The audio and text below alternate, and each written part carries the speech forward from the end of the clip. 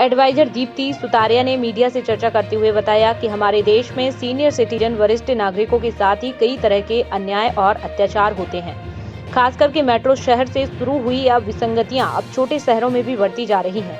घर परिवार के लोग अपने बड़े बुजुर्ग की सही देखभाल नहीं करते हैं और न ही उन्हें बेहतर स्वास्थ्य सेवा प्रदान करते हैं। परिवार के बुजुर्गों के साथ दुर्व्यवहार करते हुए उनकी संपत्ति अभी छल कपट से अपने नाम करवा लेते हैं। आप सभी को मेरा नमस्कार। और इंदौर एक बहुत सुंदर शहर है और मेरा यहाँ पर आने का आपके सुंदर शहर में एक ही कारण है कि वरिष्ठ नागरिकों को लेकर के मेरी मुलाकात कमिश्नर साहब से हुई थी। और अभी सुनने में ये आया है कुछ एक दिन पहले ही कि इंदौर म्यूनिसिपल कॉरपोरेशन के कुछ एक लोगों ने वरिष्ठ नागरिकों के साथ में कहीं उनको शिप्रा नदी के वहाँ पर छुड़वा दिया था। लेकिन बाद में हमारे जो सीएम साहब हैं और हमारे कमिश्नर साहब, उन्होंने सबने ये इमीडिएटली एक एक्शन लेकर के उनको वापस शहर में लेकर आए। तो सबसे पहली बात तो ये है कि मैं यही बात करने आप सब लोगों से आई हूँ कि वरिष्ठ नागरिकों के अधिकार क्या हैं, उनकी सेफ्टी के लिए उनकी सुरक्षा की बात अब होनी चाहिए और उनके जो अधिकार हैं वो उनको दिलाए जाने चाहिए। इसी के लिए मैंने ये कॉन्फ्रेंस जो है वो आयोजित की है, प्रेस कॉन्फ्रेंस।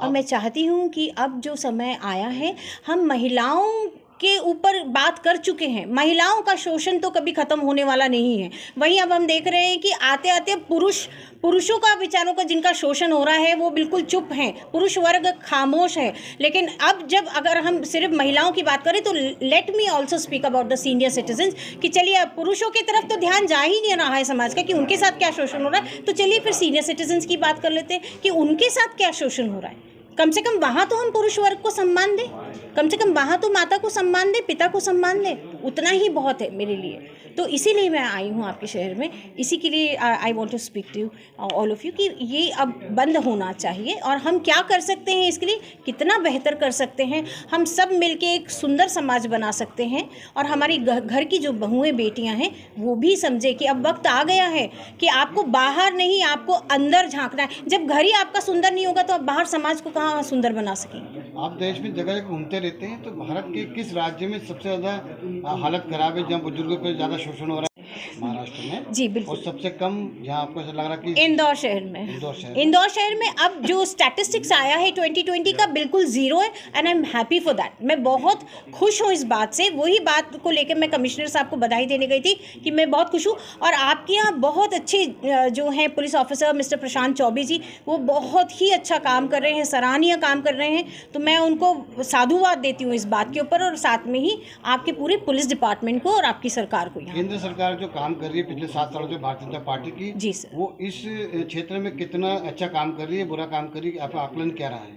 सर आकलन ये रहा है कि 10 जितनी भी स्कीम्स अभी योजनाएं आई हैं सीनियर सिटीजन के, चाहे वो LIC पॉलिसी के साथ जुड़ करके सीनियर सिटीजन्स पॉलिसी आई है, चाहे वो मॉर्टगेज करने की उनकी सरकार की व्यवस्थाएं रही कि भाई आपकी प्रॉपर्टी है, हम मॉर्टगेज करते हैं उनको और आपको उसके अधिकार में लोन देते हैं ताकि आपके बच्चे उससे छीन नहीं पाएंगे। तो ऐसी कई व्यवस्थाएं सरकार ने की है। तो मैं फिर से मोदी सरकार को बधाई देती हूँ। जो लोग आपको देख पा रहे हैं इस समय इंदौर के, बाहर पूरे देश के, और जो परिवार आपको देख पा रहे हैं उनके लिए छोटा सा क्या संदेश रहेगा? आप क्या संदेश चाहते हैं कि वो बुजुर्गों की देखभाल कैसे करें?